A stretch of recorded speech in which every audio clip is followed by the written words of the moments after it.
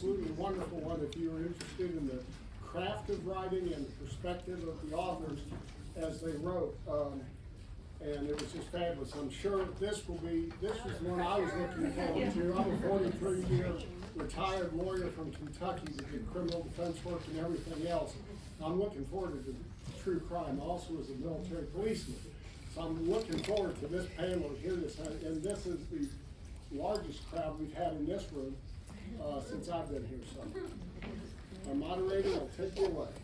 All right, we're a little bit early, but we might as well get started since we've got a big crowd. So welcome to the Tucson Festival of Books. It's a great event. It's a wonderful day for it too out there. And after all the snow, if you just came into town, there was snow like 2 days ago. We have a great panel for you this afternoon. I'm going to introduce them real quickly here. Kathleen Hale is in the middle. Kathleen, before she wrote this book about true crime, wrote a couple of young adult novels, and then jumped into a true crime one. So this is her first true crime book, I believe. But she also writes for various publications like The Guardian, a couple of things, and she also, and I haven't seen the program, so I apologize for not seeing the program, but she's also a writer for a Netflix drama called Outer Banks. Yeah! How am I the only one that doesn't know what Outer Banks is? So, Kathleen wrote, this, I was going to use the word disturbing, and it is, and she'll tell you why, but Slender Man, Online Obsession, Mental Illness, and the Violent Crime of Two Midwestern Girls. You may remember this from 2014. Got lots and lots of press across the country, so Kathleen's going to tell us about that. Paul Holes is on the end. Paul was a 3-decade-long crime scene investigator in the Bay Area in California. He has had a podcast. He's been on TV, on the Oxygen Network, on a show about DNA and murder cases. And he wrote Unmasked, My Life Solving America's Cold Cases by Paul Holes. Fascinating book, and we're going to talk about the Golden State Killer that he worked on, along with cases like J.C. Dugard and some other cases that we'll talk about. He's had a remarkable career. And then Ed Humes, who is right next to me, wrote Forever Witness. Some of you have been around for a long time in Tucson. You may remember Ed from the Tucson Citizen days, way back in 1912. You haven't forgotten Ed. It was like 40 years ago. Ed is the author of, this is your 16th book, I think? Yep. 16 books. Among them, Mississippi Mud, you may be familiar with that. Burned, about a case in California.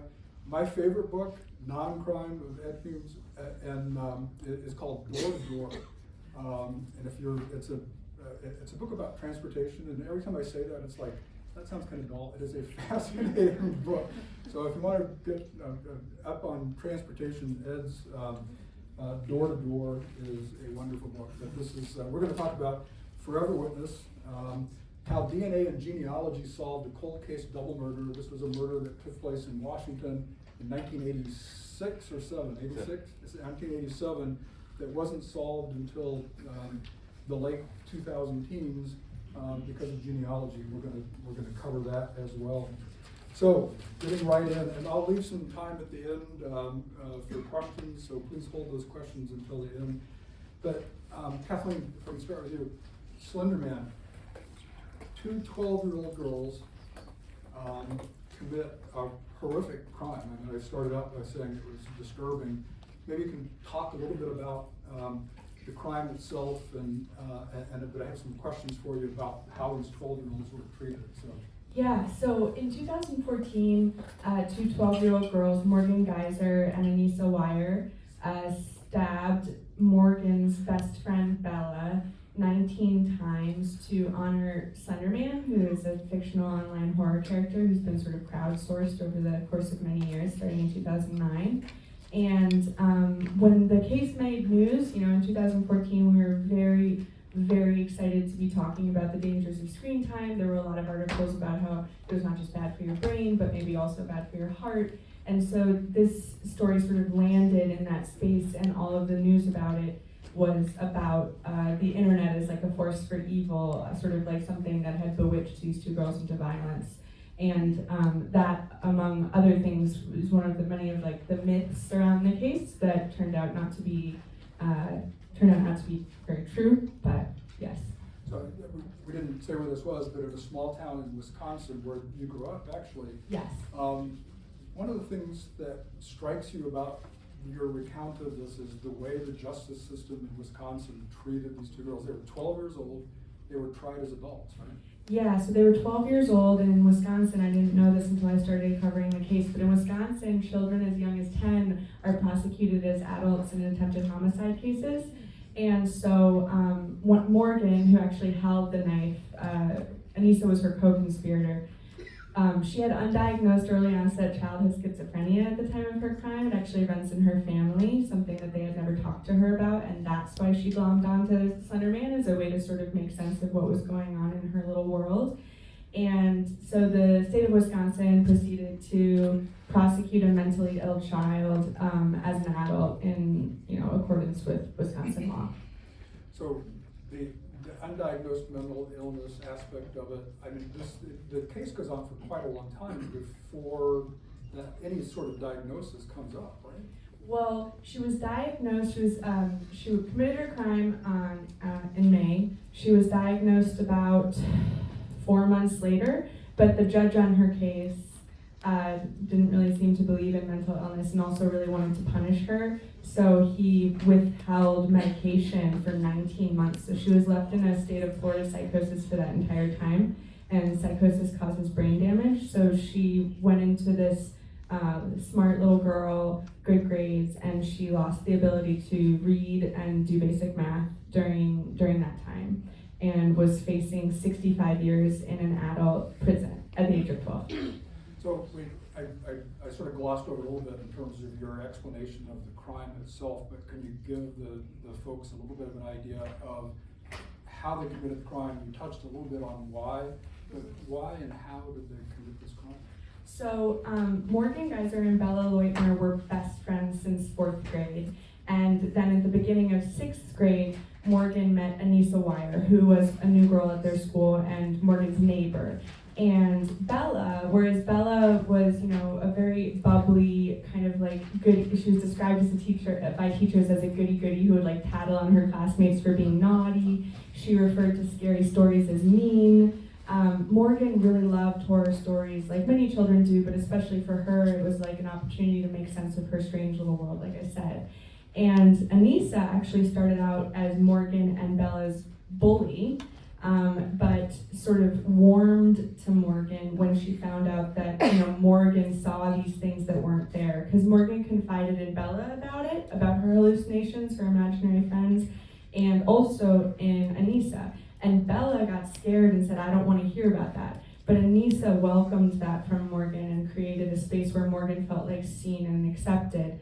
And when Morgan told Anissa that her scariest hallucination, which had occurred when she was 5, it was temporary, but it made a real impression on her.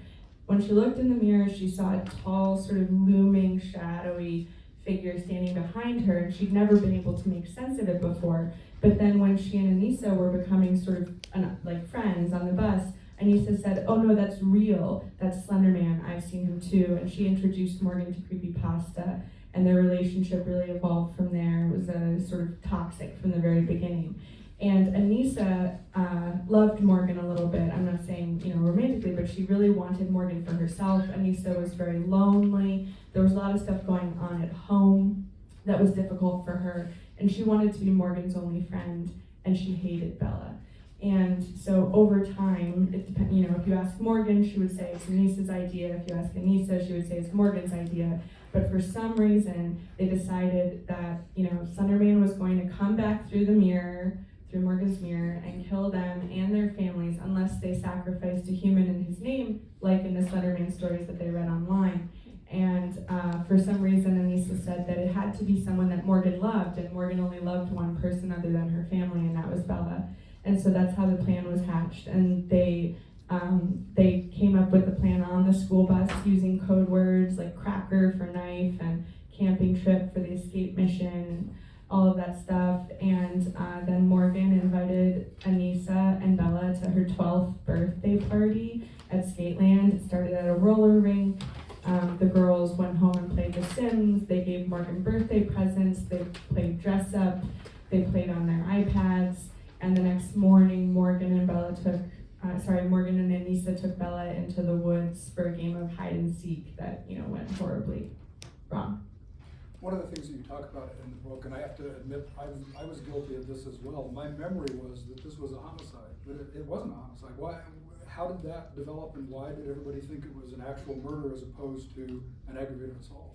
So there were a couple of things that were happening with the reporting. In 2014, magazines and papers were struggling to monetize the internet. No one really knew how to do that. And so reporters' expense accounts were pretty much gone. Reporters were being fired. There just wasn't a lot of money. And in Wisconsin, court documents are incredibly expensive. They can cost up to $5 a page.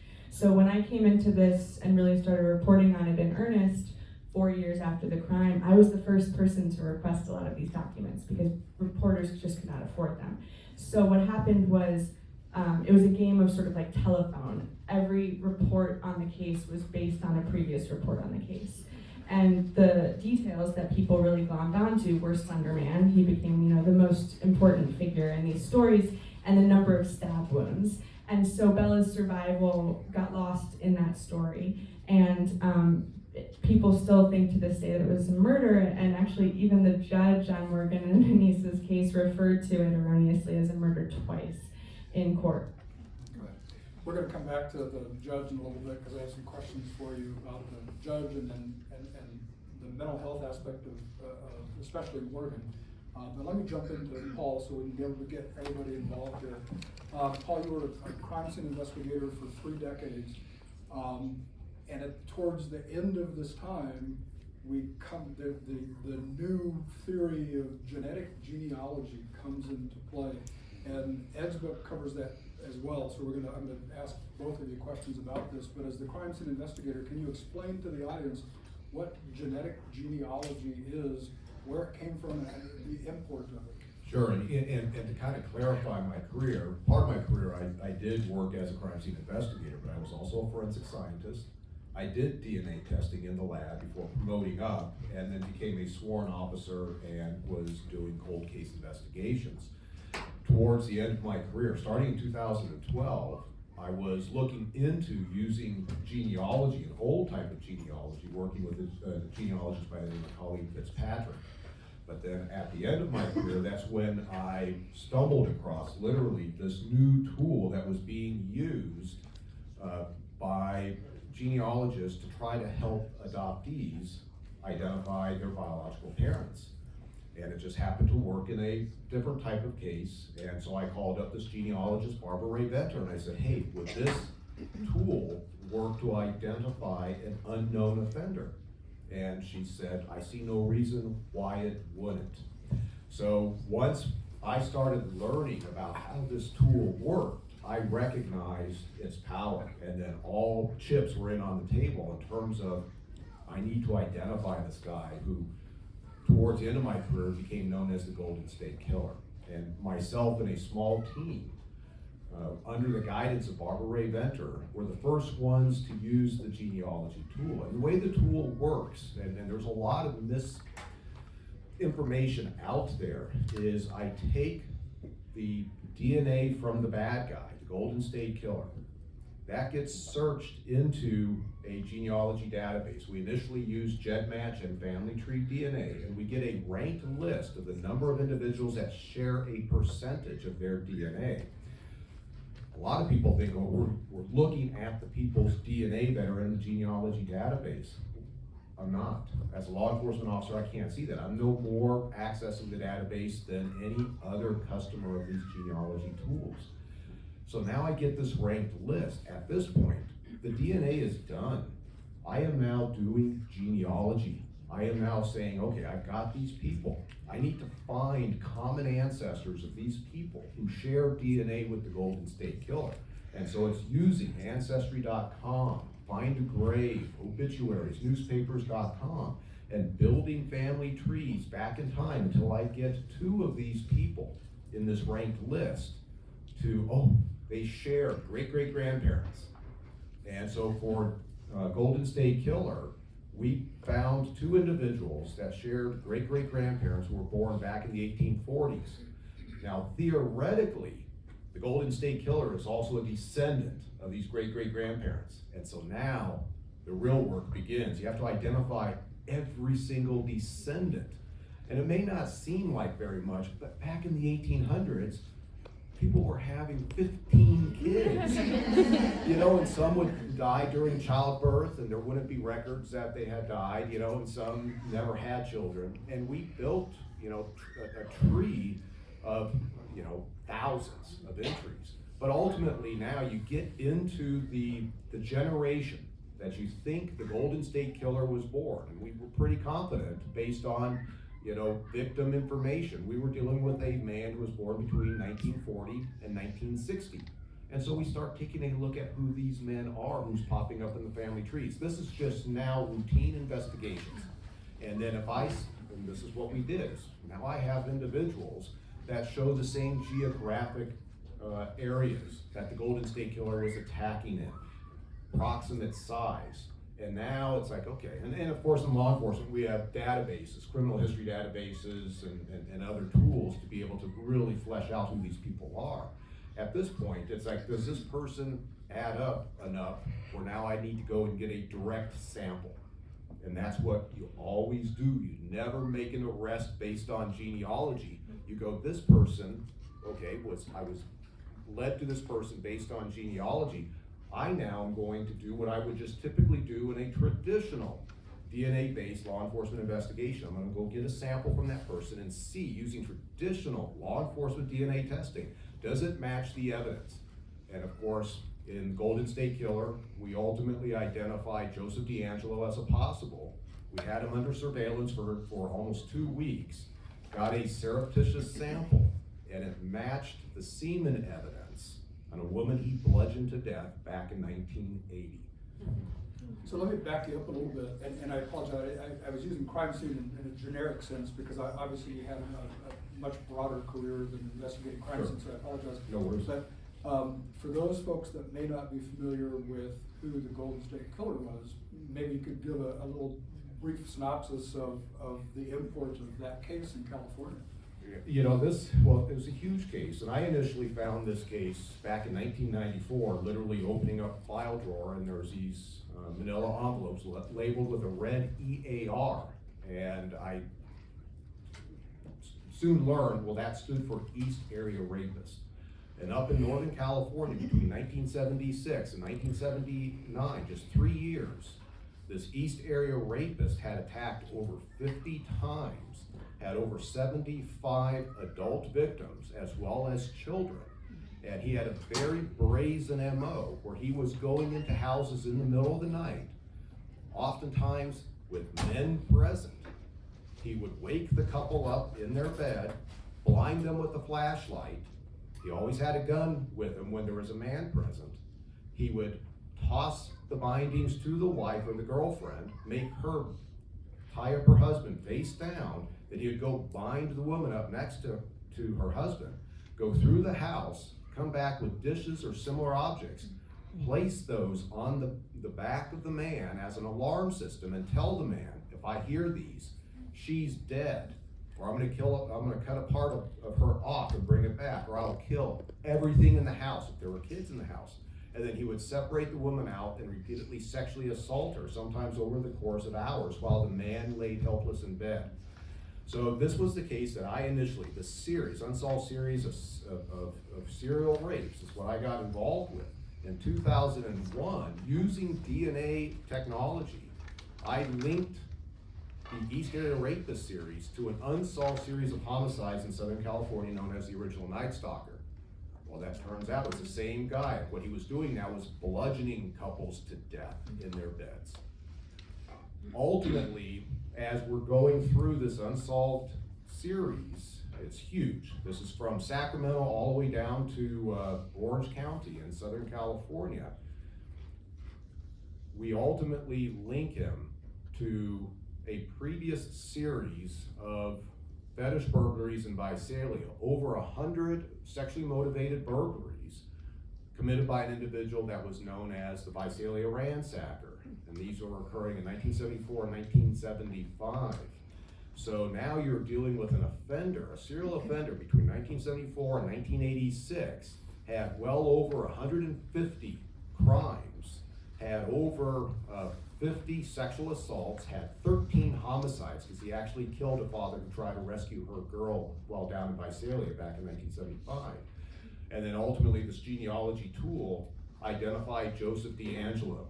And Joseph D'Angelo, for the entirety of the series, up until the original Night Stalker phase, was a cop. And so at wearing the uniform, he was raping and killing. And one of the things that you were able to do, investigating all these different cases, the original Night Stalker, the Visalia, the East Area Rapist, was through DNA, tie all these cases together. Yes, and it was just fortunate that, you know, the rape cases in Northern California were thought to have been past statute of limitations. So what happens is law enforcement, property rooms routinely destroy evidence for cases that are past statute.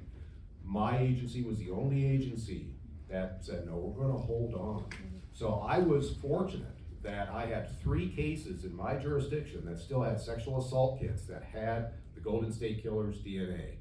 And that's what was used to link the homicides down south to the East Area Rapist phase. And then ultimately we used the DNA evidence from the Southern California cases to do the genealogy and identify D'Angelo. One of the things that you would find interesting, I think, if you read Paul's book, is his description of sitting in his office and then discovering these filing cabinets with closed cases, and just starting methodically to go through these cases, say, well, why is this unsolved? It's really a fascinating take. One of the really disturbing things in his book, and Paul just mentioned it, was how the men with husbands, boyfriends, would be tied up and laying on the ground. It was really chilling how you describe the dishes being placed on their backs, and these men would have to lay motionless because if the Golden State Killer heard it, he threatened to do all sorts of additional things. Well, you know, and this is where, this isn't any criticism on, you know, the original investigators, because they really did an awesome job for the limited resources they had. But of course, you had these women that were being sexually assaulted. So that was the focus of the investigation back in the 70s. The men, I had no background on who these men were. And I truly believe D'Angelo chose some of these couples based on who the man was, not who the woman was. But one of the interesting things that I learned was that, you know, people don't think of these men as victims. And when I would sit and interview some of these men 40 years later, I had several of them break down and start crying. They were absolutely traumatized. And if you just think about the crime that was committed against that man without the woman present, a man bound in the bed with a gun put to the back of his head, the hammer being pulled back. This is a case that could, in California, could potentially get an offender life in prison. All right, let me move on and get Ed involved in the discussion. We'll go back and forth a little bit. So Ed, I was going to ask you to describe the crime. Before I do that, I really loved how you started your book. A paper cup, an act of littering, and a family tree. How does that lead into, well, if you can describe the crime, and how does that lead into the solving of this crime after 3 decades, right? Yeah. Well, that was such a great explanation of genetic genealogy, but the paper cup, which became a key piece of evidence in the case of the against a man named William Earl Talbot II in Seattle. It was seized because it contained the DNA of a suspect, but that was the final stage of the murder investigation, the confirmation stage. And I get asked a lot, we've been doing DNA and crime fighting since the 1980s. What's different now? Why are we suddenly solving cold cases like this one after all these years when we've been doing DNA so long? And it's because there's been 3 ages of DNA in law enforcement. And the first began in the 1980s with a scientist in Great Britain, now at Jeffries, who accidentally discovered the DNA fingerprint.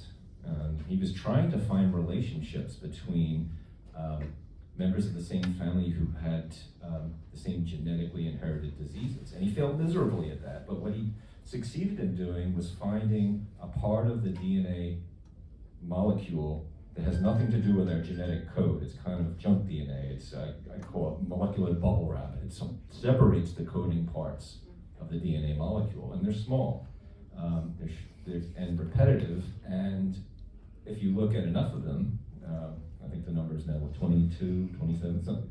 These little pairs inside the DNA molecule, they are unique identifiers. And that's why you may have read, oh, only 1 person in 7 billion could have this combination of DNA patterns, and that became the DNA fingerprint. And it was not a way to find criminals, it was a way to confirm that you had found the right suspect. So you could catch somebody the old-fashioned way at the scene of the crime, or through a confession, or a tip, or a witness, and then you took a sample of his DNA, and you checked it against the crime scene DNA, and not only was it a great tool for confirming you had the right man, it became a powerful tool for exonerating the wrong guy. All those innocence cases that began appearing in the late 80s and early 90s were based on this technology that showed that a lot of our old forensic sciences were not so good. Now, the second age of DNA began when the states and the Justice Department began compiling DNA fingerprints of known offenders, right? So they created a database of these DNA fingerprints. And that's hard to do with these kind of fingerprints, but much easier with DNA because it's a digital code. It's code. You can digitize it, upload it, and then have a search tool. So that's the second age of DNA, and a lot of cold cases got solved with that method. But it has a blind spot. Can you see the blind spot? It can only find people who are already in the system, who are known to law enforcement. Someone who's never been caught or only committed 1 crime, they're invisible to that system, which is called CODIS. And that's why genetic genealogy is such a breakthrough. It's the first time you can find someone who's unknown to the justice system, who leaves their biological evidence behind. And that's ground changing. And this, one of the DA who worked on the Golden State Killer case says it's the greatest forensic breakthrough since the fingerprint, because it's a whole new capacity. So that's why this is so different. And the cool part, the reason I wanted to write about it is because it didn't come from the world of forensics. It didn't come from crime labs or detectives. It came from genealogy enthusiasts building their family trees and trying to find out who their great-grandmas were, and doing these 23andMe and Ancestry tests and sharing them and making them public without ever knowing you were. Anybody here taken any of these DNA tests? When you did it, did you know you might be crowdsourcing a homicide investigation? That's what happened, and that's what's so cool about this new method, and the fact that the forensics community, except for a few outliers like Paul, they turned their nose up at the idea of using. Oh, we don't want to get into the genetic coding part of the molecule. We've got these fingerprints. We can exclude everybody in the world in order to know we have the right guy. And the genealogists are saying, but wait, I can give you a whole list of people who it might be. And then you just have to do the legwork that Paul was talking about, the marriage records, the birth records, the archival searches that these hobbyists and genealogists are so tirelessly doing, first to find the birth families of adoptees. There was a couple of cases of kidnapped children who didn't know their true identities, and they were able to be identified.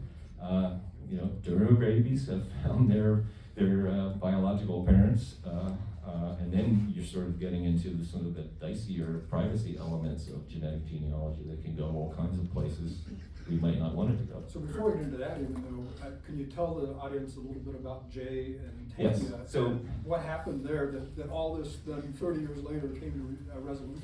Well, this was a case in the Pacific Northwest, 1987, November, and Tanya Van Kylenberg, 18 years old, just got out of high school. Her 20-year-old boyfriend, Jay Cook, whose dad had a heater repair and servicing business on Vancouver Island, which is this beautiful, idyllic, virtually crime-free environment. And he needed a part from a supplier in Seattle, and his partner couldn't do it, and Jay said, I'll go do it. And he invited Tanya to go along with her on their first trip to another country together, their first overnight trip anywhere. And they got in the family van, Jay's family van, and drove off, and they were supposed to be back the next day. They were never seen again. They disappeared. Family's frantic. Tanya's dad, I traced what he did to try and find her. 1987, no cell phones, no pervasive webcams anywhere. They knew it was bad though, because Tanya always found a phone and would always call in and check in. She always did it. She was known for it. She would drive her friends crazy. I gotta get a phone. I gotta call home. Make sure they know I'm okay. And when that call didn't come, Dad leapt into action. But unfortunately, the only thing he was able to do was to identify her body when she was found. And Jay was also found murdered 60 miles away in a different location. There was trace evidence that biological evidence left behind by the killer, but no witnesses. They didn't know where that this killer crossed paths with his victims, but they were certain that it must be a serial killer, that it must be someone. This man assembled a murder kit. He had a bag with gloves and flex ties and extra bullets for his gun, and they saw it was a well-planned crime. The extreme violence in the attack, the fact that the victims were kept captive for a period of time before they died, all those things added up to someone who must have done this before and would do it again. And they looked, I don't know if you know, the Pacific Northwest in that era was like serial killer central. And they looked at everyone, the coin shop killer, the Spokane killer, you name it. And there was eerie parallels between many of these other crimes, but they could never find a match to the killer. And that's kind of one of the things that genetic genealogy has shown us, that assumptions that we used to make about who commits these horrendous crimes aren't always correct. It's really changed the way these kinds of crimes are investigated now. So I read Paul's book before I read yours, and Paul talked about the Golden State Killer and all the details of that. Your genealogist was a different person, and there were some questions about whether it was ethical to go into these databases, and then all of a sudden, Paul solves the Golden State Killer. And your genealogist, and you recount in your book, oh, well, and they didn't name Paul, but wait a minute, Golden State Killer.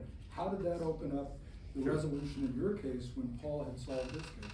Well, so the genealogist in this case is a woman named C.C. Moore, which if you follow this at all, you probably know who she is. And in her prior life, she was an actress. She performed in musical theater. She did a lot of commercials. She even was she would do these really high-end toy trade shows where she was a Barbie come to life. So it's a really interesting career for the person who has now solved more cold cases than pretty much anyone on the planet. And she had been working as a kind of a search angel, which is the person who helps adoptees find their birth families through genealogy. And she had thought for a while and actually spoke at several forensics conferences suggesting that genetic genealogy could be used to more than what they were doing. It would be applicable to an investigation that had failed to turn up leads through conventional means. And as I said, the crime labs, people were pretty skeptical. They couldn't see changing entirely from the system that had been so successful for them. They're not so skeptical anymore. But her barrier from trying to do that on her own wasn't a lack of belief that it could be done, but because she felt bound by the terms of service of the genealogy databases that she worked with, which allowed certain kinds of inquiries. For instance, you could look for the identities of people who had died, but there was, the language seemed to say that uploading crime scene DNA would be outside the terms of service. What happened then when Golden State Killer was arrested? Well, immediately after that, the database that was most useful for solving these crimes called GEDmatch, which was, it's a crowdsourcing of 23andMe and Ancestry and other DNA profiles. Those profiles belong to the users. They could do anything they want with them. And so one thing you can do is upload it to this shared clearinghouse called GEDmatch. And at that time it had about, I want to say 2 million profiles in it. Sizable, yeah. It was enough where you could identify a lot of people to it. It's very powerful when you have that many DNA profiles on file. She had proselytized people to use GEDmatch and to share their DNA. She had really sort of encouraged it, and she felt like it would be a betrayal since she didn't think the terms of service allowed it to kind of cross that line and do it. However, when the Golden State Killer, and I'm not accusing Paul of crossing any lines or anything like that, I'm just saying that was her thinking on it. So the GEDmatch owners who were unaware that their site was being used in this way put a public notice to all users saying, hey, we work on an honor system here. It's come to our attention that criminal investigations are being facilitated by this, our website. We're not against that, but if you don't want your genetic material to be used in that way, close your profile, make it private, or just close your whole account. And when Cece saw that and saw, okay, well, the users are all on notice that this is going on, that barrier goes away from me, for me to do this. And within a few days of the news breaking on Golden State Killer, she undertook this case with a cold case detective in Snohomish County, Washington, named Jim Scharf. And that was not as complex an investigation. Can I go with that one? You recount in the book how long it took her. So this case had been pending for 30 years as a cold case. Yes. How long did it take Cece to identify? Well, the setup is the reporting on Golden State Killer case, and the popular wisdom was it was so complex, it took so long, it took a team of people to do it, that it's really great, but we're not going to be able to do this very often because we don't have the resources for it.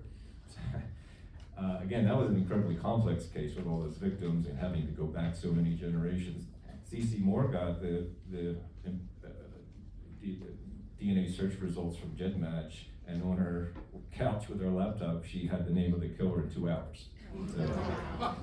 Which really showed that the barrier to using this technique, I don't want to call it a technology, although it's part technology, it's also an art as much as it is science. The barrier to using that much more often than it's to this day that it's being used just went away with that. All right, I mean, we need more than an hour for all this, but let me get Kathleen back in. And although she didn't have genetic genealogy in hers, the issues you bring up about the criminal justice system in your book are just really astounding in terms of things that happened in there. I want to ask you, you touched earlier upon the judge in this case. So we have 2 12-year-old girls. They were, what, in 6th grade, I think, what you said. How much did the judge influence what happened to these 2 12-year-olds? Yeah, he was hugely influential. It's a pretty small area. My dad actually, he's a lawyer, he appeared before this judge while the book was coming out, which, was not great for his case. But, so his name is Judge Michael Boren. He was 70 years old in 2014. Judges in Wisconsin are elected, which I didn't realize how problematic that was until I watched this case unfold. Waukesha, where this crime took place, Waukesha, Wisconsin, It's an idyllic place. It was rated one of like the top places to raise a family. To give you an idea of like what life there was, a week before this crime happened, the 911 calls that came in, one, I love this, was about a bicycle had been stolen and replaced with another bicycle.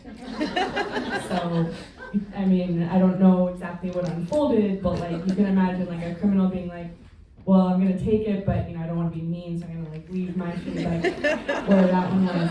And then the other one was somebody called 911 because there was caramel on their car door handle, and they thought that someone had done it as like a prank, a malicious prank, so they called 911. And then this stabbing occurs. So you can imagine like the police are crying, like it's hugely impactful for everyone in the case. Michael Boren, I won't spend too much time talking about his background, but he was in college during the Vietnam War, and while all the other kids were like, you know, being like sexy and growing out their hair and blowing bubbles on the lawn and doing sit-ins about, you know, anti-Vietnam stuff, he was like writing these like very stern op-eds about like how the Vietnam War was a good thing. So that's where he comes from. And, you know, he came up through Wisconsin. In Wisconsin, you don't have to pass the bar exam to practice law. As long as you graduate from Wisconsin school. So that's sort of the environment that he's rising into. And he was a circuit court judge. He's not doing attempted homicide cases. And this case entered his courtroom. And he's like a political animal because he's an elected official, you know, and he's not just an elected official, he's an elected official in one of the most conservative counties in Wisconsin, which is becoming an increasingly far-right state, which means that he believes in this rallying cry, adult crime, adult time. And I won't bore you with too much history, but the way that these adult adjudication of minor laws came to be is in the 90s there was a theory by John DeLulio Jr., called the super predator theory, and it was a racist theory. He was then a Princeton University sociology professor, and he came out with fake racist research saying that children raised in moral poverty, which was, you know, coded for urban environments, were committing crimes because they were born sociopaths, because they were born in these like criminal environments, and that there was no way to rehabilitate them.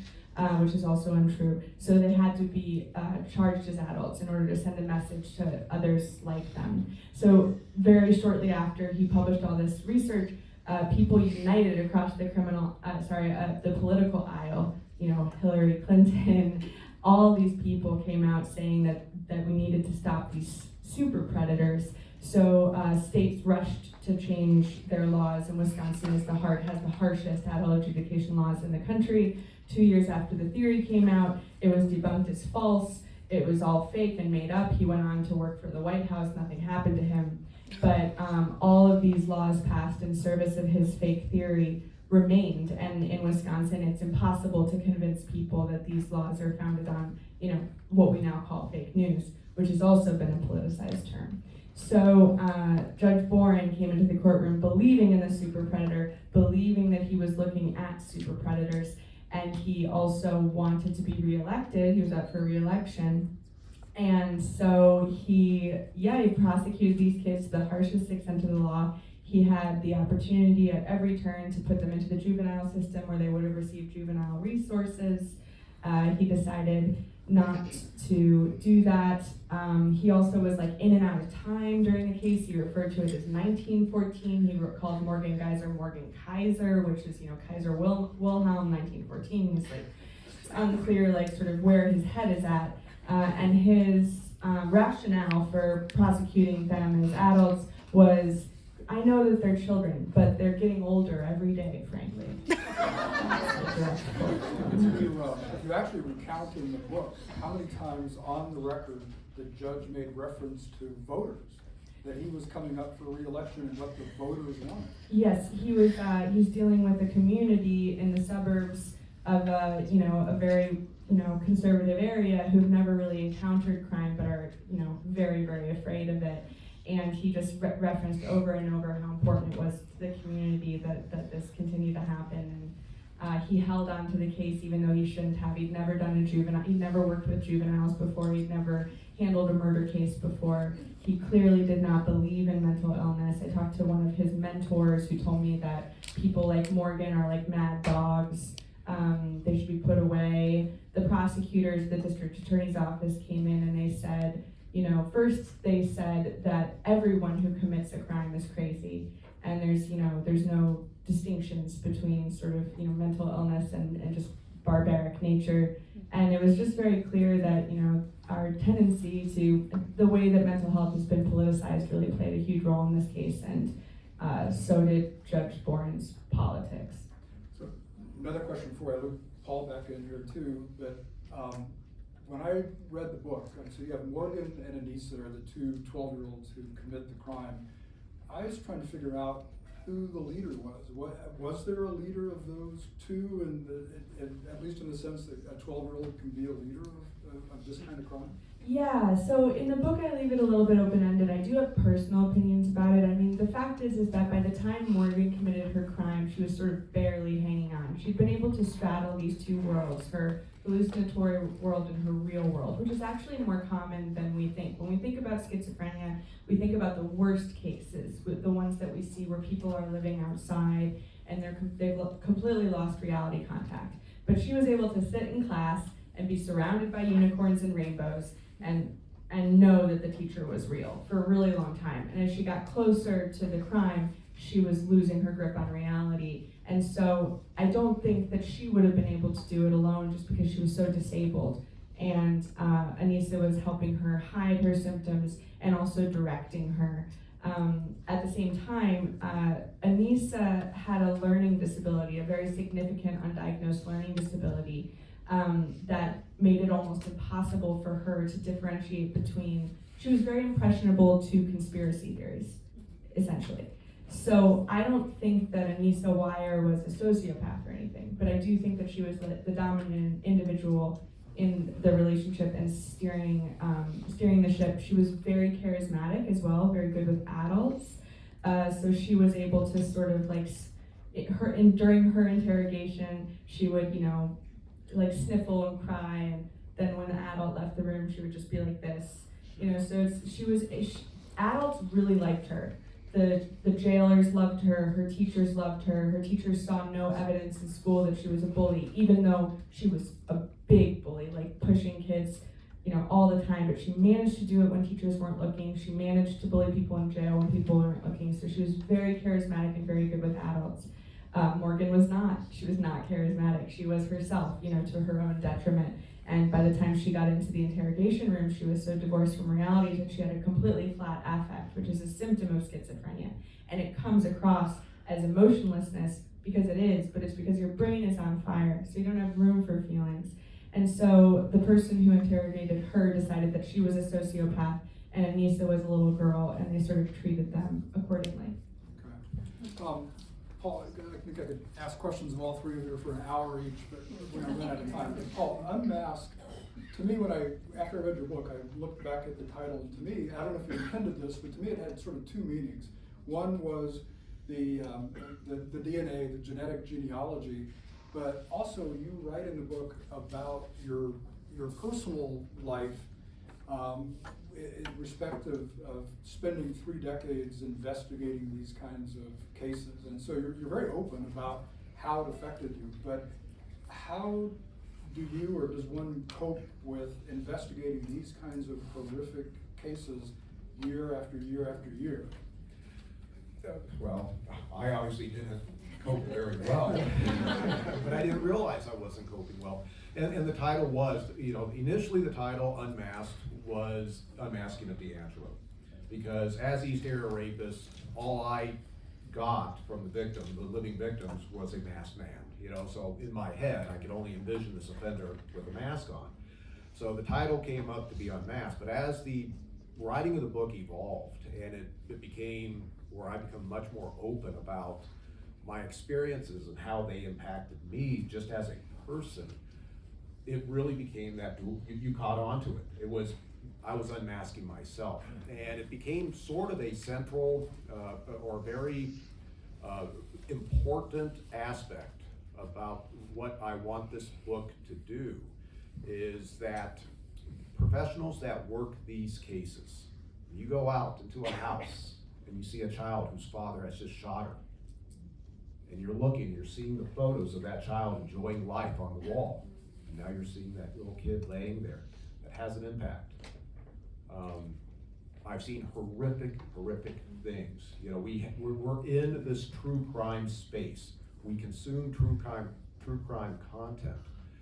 I'm in the true crime genre, but I come out of real crime. And, you know, I did not realize the trauma I was experiencing until literally after I retired. And I was in Fort Worth. I was shooting a TV show, and it was a 17-year-old girl's real case, 1974 homicide. Little 17-year-old Carla Walker's abducted and her body's found several days later. And I'm now talking to her brother and giving him an update in terms of what I am finding out about this investigation.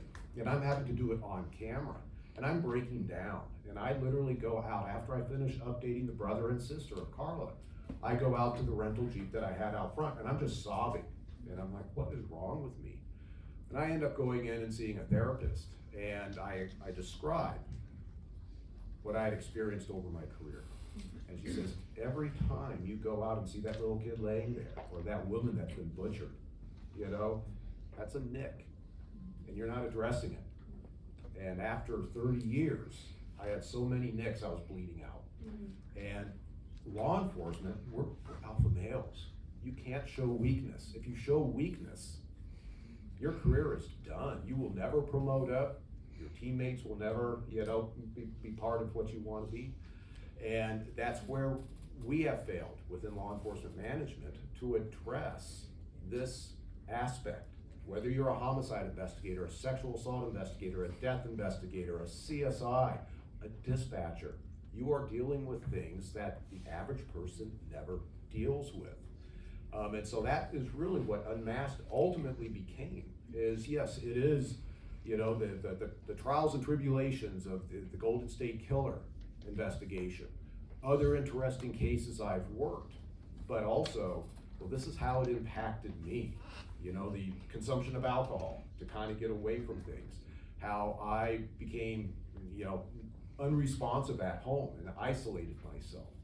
And so now my message when I talk on podcasts about this aspect is if you're somebody who's in a relationship, who is a homicide investigator or working in this type of field, and they're isolating themselves, you know, there's a reason. And now it's really, okay, but there's resources. You know, there are therapists out there that will be able to help that person. You can't wait 30 years before you seek help. And so that's really a message that this book is about. And I think law enforcement agencies across the country are recognizing that and providing those resources, right? To a point, but usually where law enforcement has been most progressive is with officer-involved shootings. They recognize that is an acute traumatic event for the officers, but they fail to recognize that CSI that has spent hours at the morgue while this child is being autopsied. It's a problem. Yeah, there's a couple of retired prosecutors in the room today. I know that they sympathize with you and understand to some extent what it is you went through. Yeah. Let me go back to Ed, because we're going to run out of time. Because Ed, I started out by asking you questions. There's the microphone there about the paper cup, an active littering family tree, and you already laid out the 3 stages of DNA. You know, we had DNA at a scene. If we catch somebody, we compare it, and then CODIS, and now genetic genealogy. But it doesn't end there, because you spend a good deal of time towards the end of your book talking about maybe where it's going, the privacy issues that came up. This is all relatively new, just in the past few years. So where are we, and where is genetic genealogy going from here? Oh, the big future question. Actually, Well, is Paul better off answering that? Or? No, I was just thinking about what Paul was saying. It made me Okay. think of this cold case detective in my book who, you know, your descriptions has struggled to maintain his own empathy with the world because he's been doing this for 40 years, and so it's. Well, this is a guy who once hugged a confession out of a suspect, so maybe he just has a lot of empathy. But it's very real, and so he does rescue horses, and he's has a wife who needs a lot of medical care that he provides, and he just throws himself into that to stay tethered to his humanity. This is Detective Sharp. Detective Sharp. He's we- an amazing person. You had great descriptions of him and his work. But and I just wanted to acknowledge that that's really. I think he reached out to me shortly after. Yeah, Golden State he Killer. told me that. Yeah. The future of genetic genealogy, I wish I could say that this is going to become the go-to routine just as much as the older uses of DNA, but that so far isn't really happening, and it's just a very tiny fractions of cases that are getting this kind of investigative tool because it's expensive and because our public crime labs don't do that kind of DNA that you need to do genealogy. And unlike other technology that has come along, the Justice Department, the states, the police agencies haven't jumped over and says, we need funding for this. We need trained officers that can do genetic genealogy. Very few departments have that.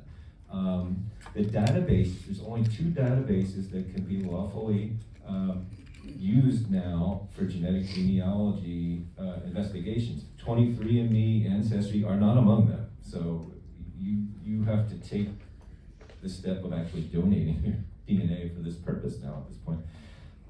And so that's a limiting factor, and the companies that own them have been jacking up the prices. So what was free, GEDmatch was free in 2018, is now, I think it's $700 a pop for the DNA equivalent of a Google search. Because then you still have to do all the work. So there is no either nonprofit or government-run entity like the DNA fingerprint database to fill that gap and to make sure this becomes not just a cold case tool or a rarity, but an investigative tool for all this unsolved rapes that you've read about where the rape kits are just sitting there. This technology could be used to solve a lot of crimes, and so far it's barely, the statistic I saw that of the 90,000 cases they go through the DNA fingerprint searching with the Justice Department, the 90,000 no-hits that find nobody, 60,000 of them would be suitable for a genetic genealogy investigation. So these are all violent crimes. And I'd say maybe we're doing about 200 or 300 cases right now of genetic genealogy a year. So it's not even a percentage of Nationwide. the possibility. Nationwide, yes. And So the future is not as good as it should be on this valuable technology. And this is a tool that you've already said, a 30-year unsolved case was solved in 2 hours. Yeah, Because of this tool. Yeah, I'll give you an example. NorCal rapist who had raped from 1992 to 2006 in Northern California. 2 of the members of the Golden State Killer genealogy team up in Sacramento DA's office, once they got the results back from the genealogy test, 5 minutes they identified Richard Waller. So that is how powerful the tool can be. Now, obviously with D'Angelo it took a lot longer. Just depends on the family trees, but So I told the audience we'd leave some time for questions, but 2 quick things. One, as a retired prosecutor myself, I really appreciated the way that you treated victims with respect in all 3 of your books. It was really moving how you were very tender and caring of the victims, so I really appreciate that. My last question before we get to the audience, and Paul, you said this earlier, but Green River Killer, Ted Bundy, the Spokane Serial Killer, GSK, the Zodiac Killer. Why does the West Coast have so many?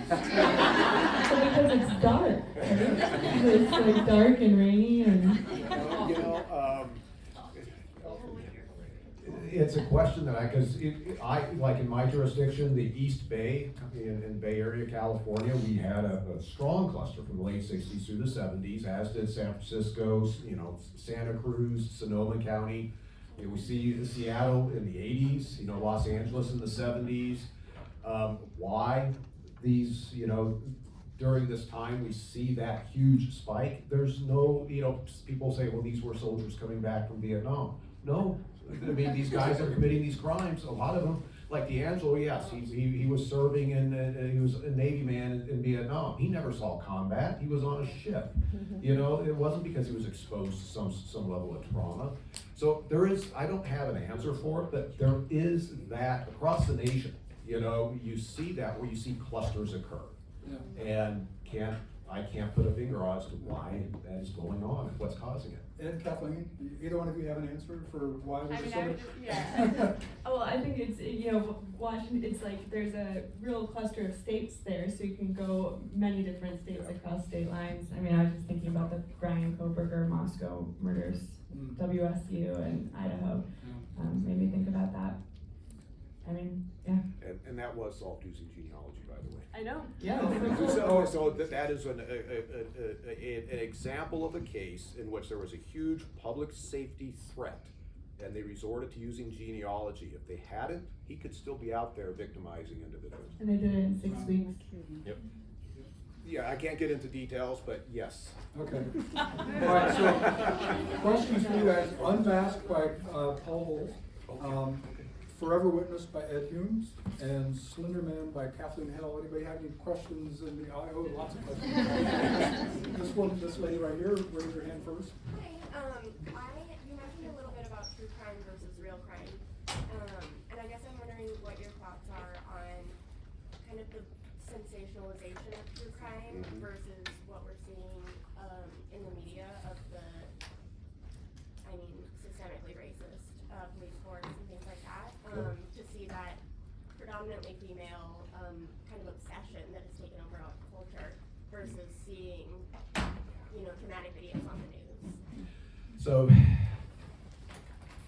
the kind of the sensationalistic aspect, and this is where, part of the role that I think that I play is to try to ground people. Now, it is okay to consume true crime content. It is. I mean, these are fascinating stories. It's the ultimate human drama. But we have to recognize there are real people who have been affected by these cases. And I have been a host and have frequently attended the crime cons, where you have true crime fans coming and listening to people like myself give presentations. And part of the message that I talk about is, again, it's okay to listen about these cases. But remember that there's somebody sitting next to you in the audience who lost a loved one. Be respectful. Now I know there's issues, let's say in the media side, the Dahmer show, the Bundy show, and how they're really trying to play up, almost like they're glorifying that. And that's really, the message always needs to stay on the victims. It's okay to study the bad guy. It's fascinating, the psychology of these individuals. I can't speak to those particular shows, I haven't watched them, but one of the things that I will point out, Ted Bundy, the actual killer, was a good-looking guy. He was charming. It's not the boogeyman you need to be scared of. You need to be scared of the person that you think, oh, you know what? I like this guy. Because that's real. There are crime cons like there would be a Comic-Con. There is a crime con, but that's part of where, they're trying to make sure that the attendees are staying focused on its victim-centric. In fact, I'm going at the next crime con, we're hoping to have a victims-only event. So they can, and it's really for them to be able to get to know each other and form their own support group. Let's see if we can get a couple more questions. Do law enforcement agencies, do they buy databases? Is that a thing? Does law enforcement agencies buy databases? No. The only database from a DNA perspective that is permitted for law enforcement upload and use is the FBI's CODIS system. And there's a local, state, and national aspect to CODIS. But as Ed talked about, CODIS has been a great tool, but it is relying upon the repeat offender. That's where the genealogy, somebody like D'Angelo's going, I committed all these crimes, and my DNA's out there, but as long as I don't get put into CODIS, they'll never find me. Well, we could, because it wasn't relied upon him. But the fascinating thing, when we start talking about, well, what has it shown? And it sounds like this Talbot over up there in Seattle, in Ed's case, is we're seeing the one-off offender who are committing these cases that if I'm evaluating it as an unsolved case, I'm gonna go, this is a predator. He's committed this before or committed it since. And it's like, no, you've got guys that are out there, they do it once and then they don't do it again. And this is a different type of offender that genealogy has shown us is more prevalent than what you would think. And this type of individual needs to be studied, sort of like the Mindhunter type of study. And just so you know, so in Paul's case, the Golden State Killer, it was a plea agreement that he ended up pleading guilty to it. I'm not going to talk about what happened in Ed's case, other than to say that there was a trial, and I think it was the first genetic genealogy trial in the country, I believe, right? Yes. Yes, ma'am, right up here. I have a three-part question. One is, are you, each of you on audiobook as well as print, and on like Libby and Hoopla? My second part is the Golden State Killer. Is that the case where the son realized that his father was the killer? That was a different case. And my third question has to do with what policies and legislation need to happen so that we more regularly can utilize these genealogies. Okay, well, my book is in audio format. I recorded that, so it's my own voice doing it. Yes, I'm also on Audible. And yes, and it's the first time I narrated one of my books too. It's a little scary, but And just from a, the question regarding the policies and legislation, that there's huge and it's very complex. I will just say right now across the nation, we are seeing prosecutors' offices and law enforcement agencies, they are getting together in order to establish best practices. DOJ has an interim, what they're calling forensic genetic genealogy policy. And so it's a matter of being sensitive to the public's concerns. Because what we don't want is we don't want legislators who are misinformed about what the technology is and really what the privacy issues are, and they just do a knee-jerk reaction and put a law in preventing law enforcement from utilizing this tool. So we have leaders in the space that are trying to make sure that the proper steps are done so we can preserve utilizing this tool moving forward. Okay. I'm told we have time for one more question. I did this section over here. All right, right over there. Go ahead. This is to Kathleen. Do you think writing this book, there's going to be a change in the Wisconsin laws? Oh, I wish, but I think the issue, and I don't mean to sound pessimistic, is it's so many different sectors of government. It's mental health care, and obviously our healthcare system is very messed up, but that became broken in the 80s. And then it's juvenile justice reform, and then it's, elected judges. So it's like, I go to the DMV and I can't even get the DMV to work with itself, much less like 3 major, very politicized areas of government. I don't know. I mean, that would be amazing. I just want to make sure that people know Morgan Geyser's name.